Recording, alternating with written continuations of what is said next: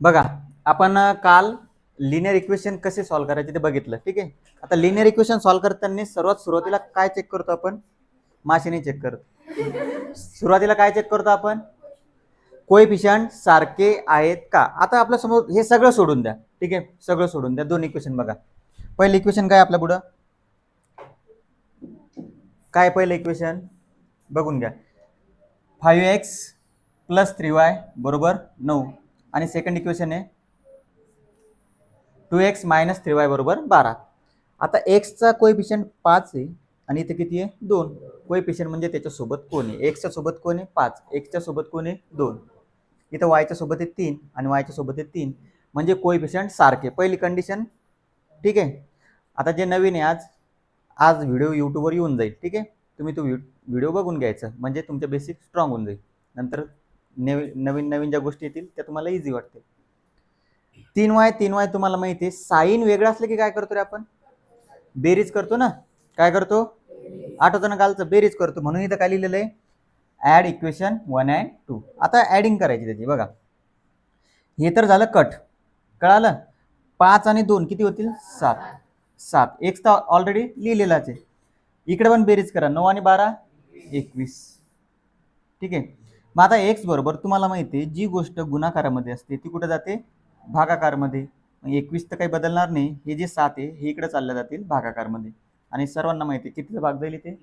7 × 21. एक्सची किंमत किती आली? 3. ठीक आहे. ही जी आलेली किंमत आहे ती कुठे ठेवतो आपण? जे आपल्याला ज्या इक्वेशन मध्ये काढायची त्या इक्वेशन मध्ये ठेवू. Put x = 3 in equation 1. Equation 1 कोणतं आहे? हे. एक्स दिसला. एक्सच्या ऐवजी किती ठेवायचे? फक्त 3. समजून घ्या, सोपं असते. हे 5 आहे, हा एक्स आहे. एक्सच्या ठिकाणी फक्त 3 ठेवले. 5 त्रिक 15 होतात. माहीत असेल सगळ्यांना. हे 15 तिकडे गेल्यानंतर काय झाले? मायनस झाले. बरोबर आहे. आता तुम्हाला सांगितलं मी मोठ्या संख्येतून छोटी संख्या वजा करा. 9 मधून 15 जात नाही. मग 15 मधून 9 काढा. 6. मोठ्या संख्येचं साईन -6. इथं पण -6. 3y आहे, याला काही चेंज केलंच नाही आपण. हे 3y चा 3 इकडे गेल्यानंतर कसा जाईल? तो डिव्हिजन मध्ये जाईल. इकडे गुणाकारामध्ये, इकडे डिव्हिजन. आता भाग कितीचा जाईल? 3 दुनी 6 -2.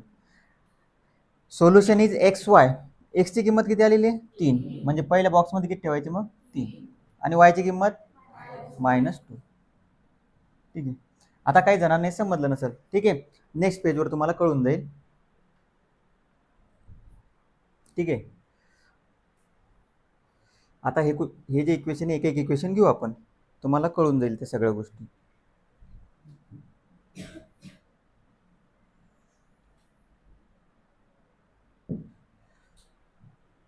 बघा, हा प्रश्न सॉल्व्ह करायचा आपल्याला. आता या प्रश्नासाठी सगळ्यात पहिले असा तुमच्या समोर जेव्हा प्रश्न येईल तेव्हा दोन्ही इक्वेशन लिहून घ्यायचे. कसे लिहून घ्यायचे बघा.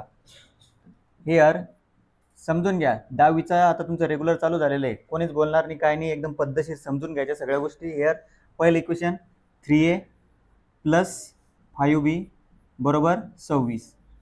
याला द्यायचा 1 नंबर. ठीक आहे. त्याच्यानंतर दुसरं इक्वेशन काय? a + 5b बरोबर 22. याला द्या 2 नंबर. ठीक आहे. दोन इक्वेशनला नंबर दिल्यावर आपलं नंतरचं काम आहे कोएफिशियंट चेक करणं. याचे कोएफिशियंट चेक करा.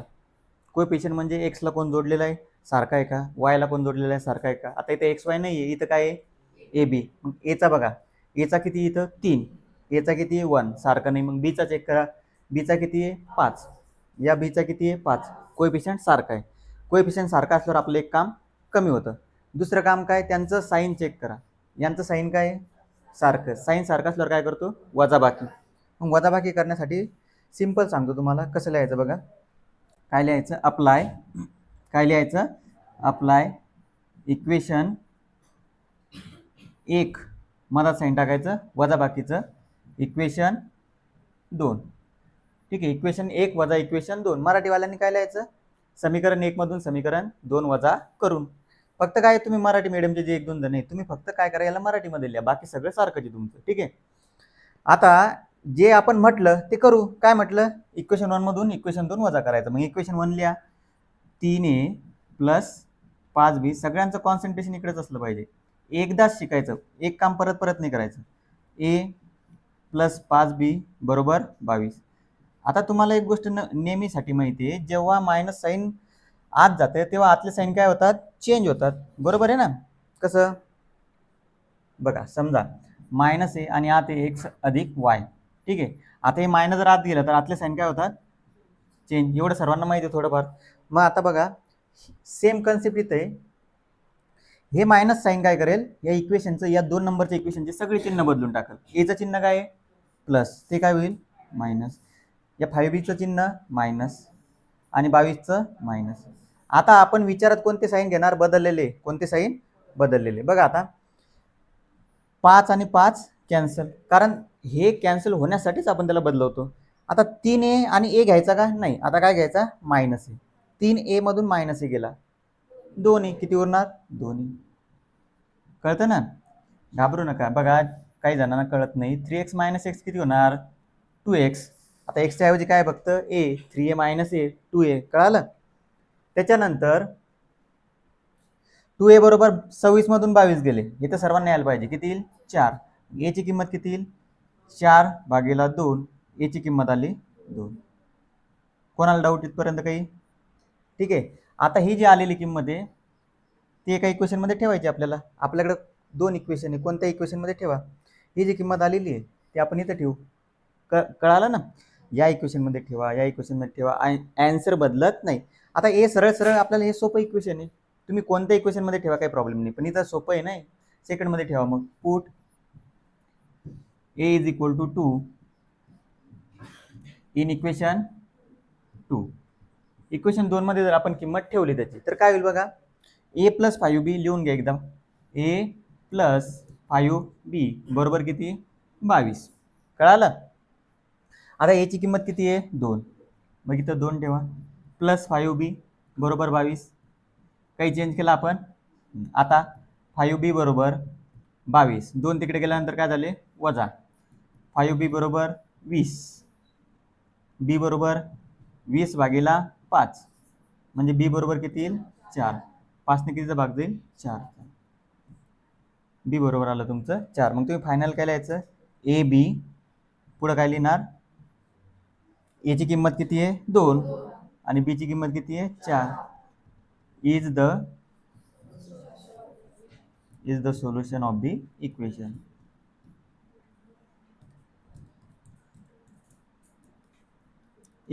ठीक आहे. तुम्हाला ही जशीच्या तशी पीडीएफ मिळून जाईल. कळालं का? काही टेन्शन घ्यायचं नाही, जशीच्या तशी तुम्हाला पीडीएफ मिळून जाईल. Same as it is. Mobile number दिलेले तुम्ही, काही प्रॉब्लेम. ठीक आहे. आता तुम्ही काय करा, मला एक सोडून दाखवा. तुम्हाला मी सांगितले रफ पेजेस सोबत ठेवा. कोणते पेजेस? रफ.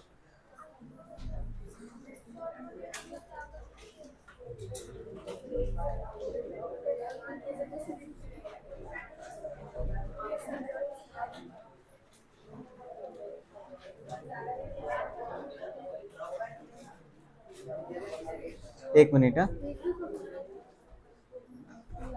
बघा आता लिनियर इक्वेशन पडलं ना, सुरुवातीला काय करायचं, लिहून घ्यायचं. त्याला एकदा लिहून घ्या. लिहून घेतले की तुम्हाला गोष्टी क्लिअर होतात.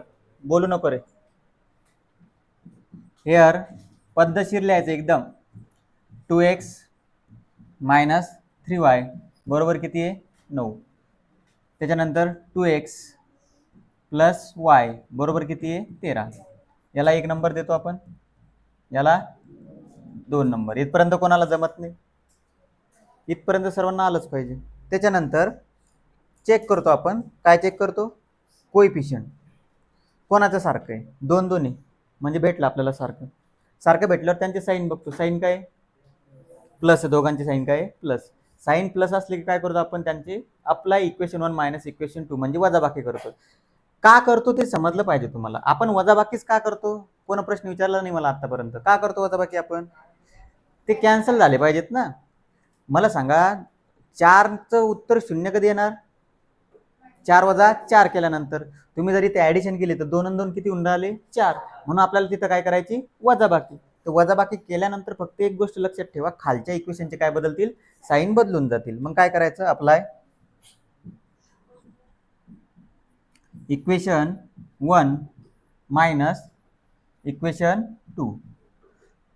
आता लिहून घ्या पद्धतशीर पहिले सगळं. इक्वेशन 1 सुरुवातीला घेतलेलं आहे 2x minus 3y is equal to 9 आणि 2x प्लस y बरोबर 13. ठीक आहे, कळालं इथपर्यंत? सांगा साईन काय होईल याचं? मायनस, याचं साईन मायनस आणि याचं साईन मायनस. आता ज्याचं साईन आपल्याला जो सारखा आहे कोएफिशियंट तो तर काय होणार आहे? कट. त्याचा जास्त विचार करायचा नाही. आता प्लस मायनसच्या काही गोष्टी लक्षात ठेवा, तुम्हाला अजूनही जमत नाही. सारखं साईन असलं तर बेरीज करतो आपण. काय करतो? बेरीज. आणि वेगळं साईन असलं तर वजाबाकी. -3 आणि -y साईन कसं आहे? सारखं. मग बेरीज करा. 3 आणि y 4 -4y. 9 मधून 13 जात नाही. 9 वजा 13, मग 13 वजा 9 किती होतात? 4. मोठ्या संख्येचं साईन -4. आता दोन्ही ठिकाणी मायनस असलं तर काय होत असतं ते? प्लस. म्हणजे 4y बरोबर किती येतील? 4. y बरोबर किती येईल? 4/4. y ची किंमत किती आली? 1. कळालं इथपर्यंत? मग ही जी आलेली किंमत आहे y ची, put y is equal to 1 कोणत्या इक्वेशन मध्ये ठेवता? 2. बरं, इन इक्वेशन 2. इक्वेशन 2 मध्ये ठेवू आपण किंमत. y ची किंमत 2, सॉरी y ची किंमत 1 2 नंबरच्या इक्वेशन मध्ये. 2x प्लस y बरोबर 13 लिहून घेतला. ठीक आहे, 2x प्लस y ची किंमत किती आहे? 1 बरोबर 13. 2x बरोबर किती येईल? 13 वजा 1. 2x बरोबर 12. x बरोबर किती येईल आन्सर? 12/2. म्हणजेच x ची किंमत आली तुमची 6. आणि फायनल आन्सर माहिती आहे तुम्हाला. फायनल आन्सर कसं लिहितो आपण? काय लिहिणार फायनल मध्ये? x y. x ची किंमत बघायची. सुरुवातीला y, आपण सुरुवातीला y काढलेला आहे, पण आपल्याला सुरुवातीला x लिहावा लागतो. x किती आहे? 6. 6 and 1 is the solution of the equation. Is the solution of the equation. ठीक आहे, कळालं? आता शांत बसा. एक गोष्ट सांगतो तुम्हाला. गोष्ट म्हणजे एक होता राजा असं नाही. बघा काय आहे, जर लक्ष ठेवा माझा शब्द, जर कोएफिशियंट 1 असेल, काय असेल? कोएफिशियंट 1. काय म्हटलं मी? जर 4 ठिकाणांपैकी 4 ठिकाणे ना, आपल्याला किती ठिकाणे? 4. 1 2 3 4. किती ठिकाणे ते? 4. 4 ठिकाणापैकी जर एक कोएफिशियंट असेल, म्हणजे ज्याचा एक कोएफिशियंट असेल फक्त एक, किती असेल? 1. तर दुसरी मेथड आहे. कोणती मेथड सांगा रे? सबस्टिट्यूशन. ईश्वरचा आन्सर ते येणारच झालं. बाकीचे रे काय मेथड? सबस्टिट्यूशन. सबस्टिट्यूशन. आता दोन्ही मेथड मी सांगतो, ते तुमच्यावर डिपेंड आहे तुम्हाला कोणती यूज करायची. तुम्ही कोणत्याही मेथडनं सॉल्व्ह करू शकता. 10वी मध्ये दोन्ही मेथड दिलेल्या आहे पुस्तकामध्ये. तुम्हाला ज्या मेथडनं इझी वाटलं त्या मेथडनं सॉल्व्ह करायचं. पण ही मेथड केव्हा युजफुल आहे? फक्त कोएफिशियंट 1 पाहिजे. किती पाहिजे? 1. असं नाही की कोएफिशियंट 1 नाही तर बाकी ते वापरू शकत नाही. वापरू शकतो. सबस्टिट्यूशन आपण केव्हाही वापरू शकतो.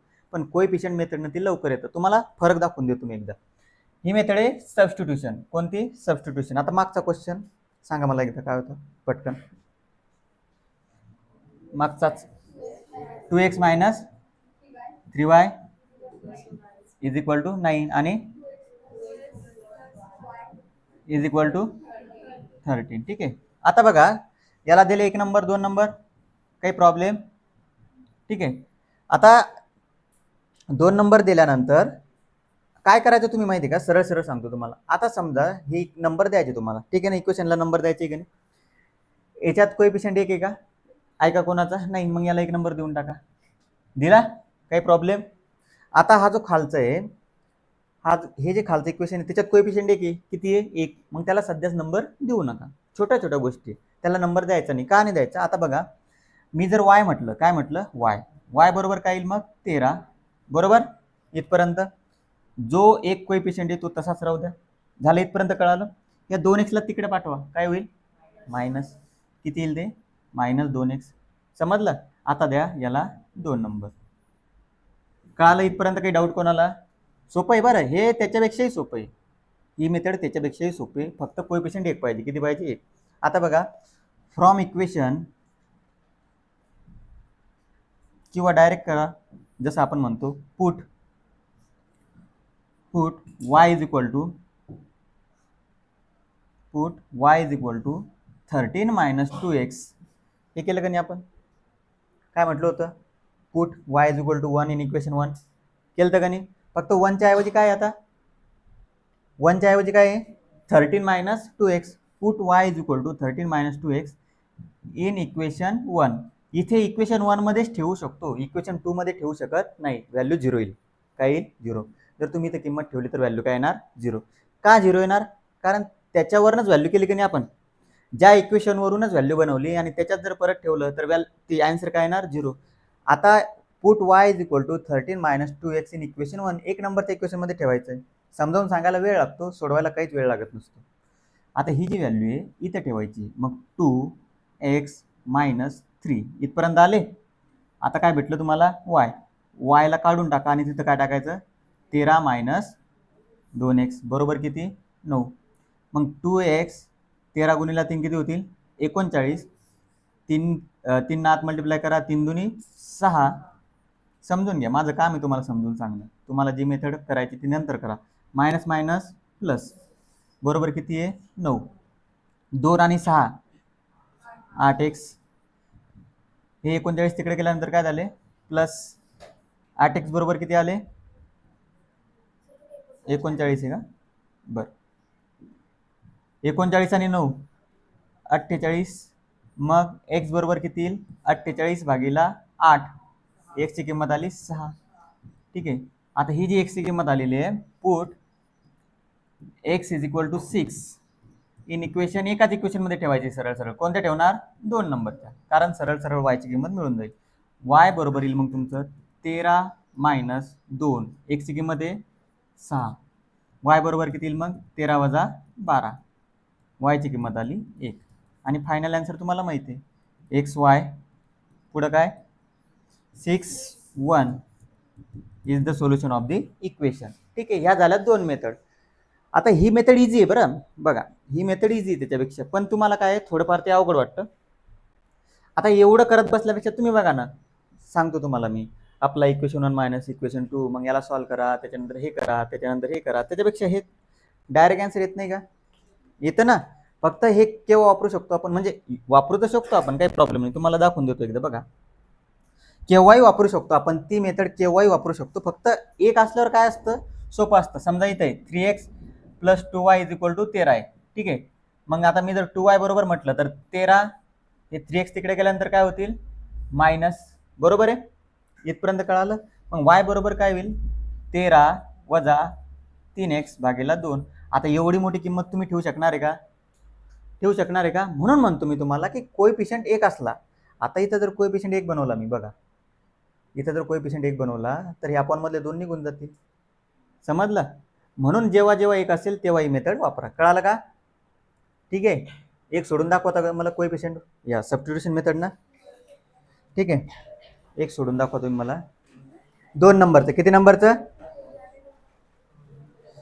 सबस्टिट्यूशन मेथडनं मला 2 नंबरचं सॉल्व्ह करून दाखवा तुम्ही. तुम्हाला दोन्ही मेथड आल्या पाहिजे.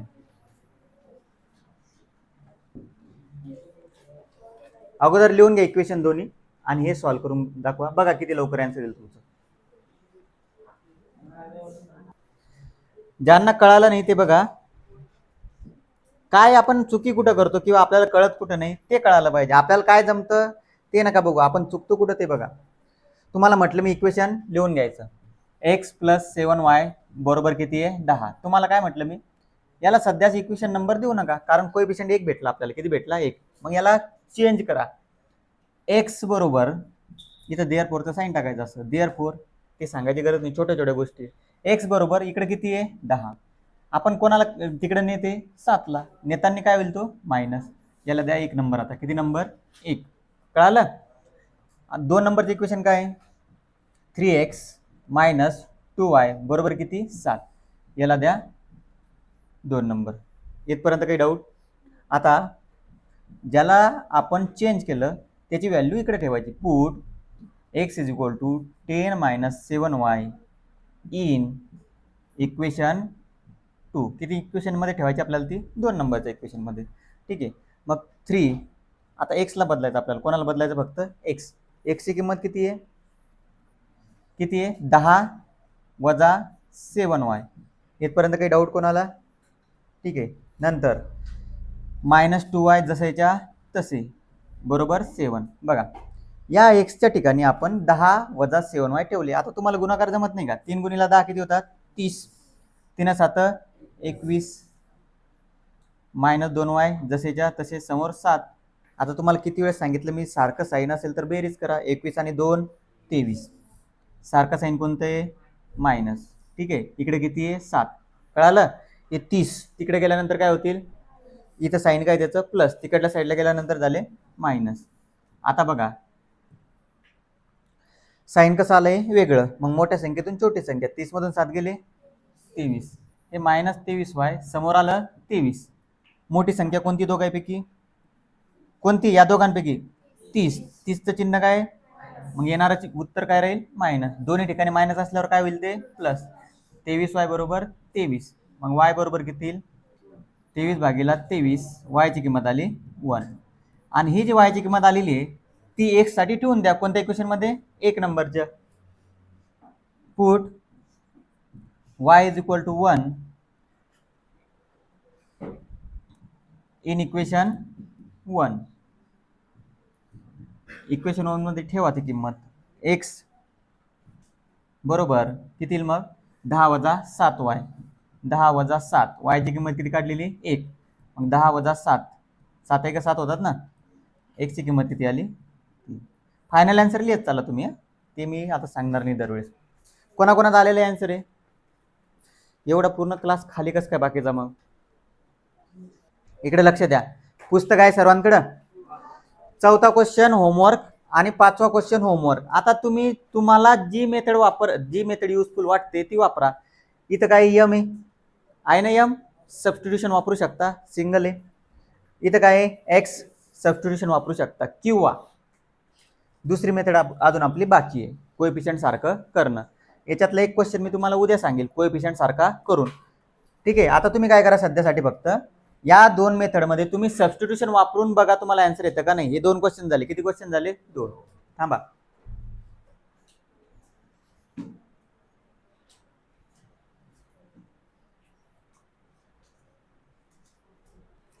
हा सॉल्व एक्झाम्पल करता येईल. टोटल क्वेश्चन किती? 3. याच्यात काय आहे? वाय. ठीक आहे. यालाही सबस्टिट्यूट करू शकता. नाही समजलं तर मी सांगतो. कळालं ना? अभ्यास करायचा. PDF आज येऊन जाईल तुम्हाला. Page number 3.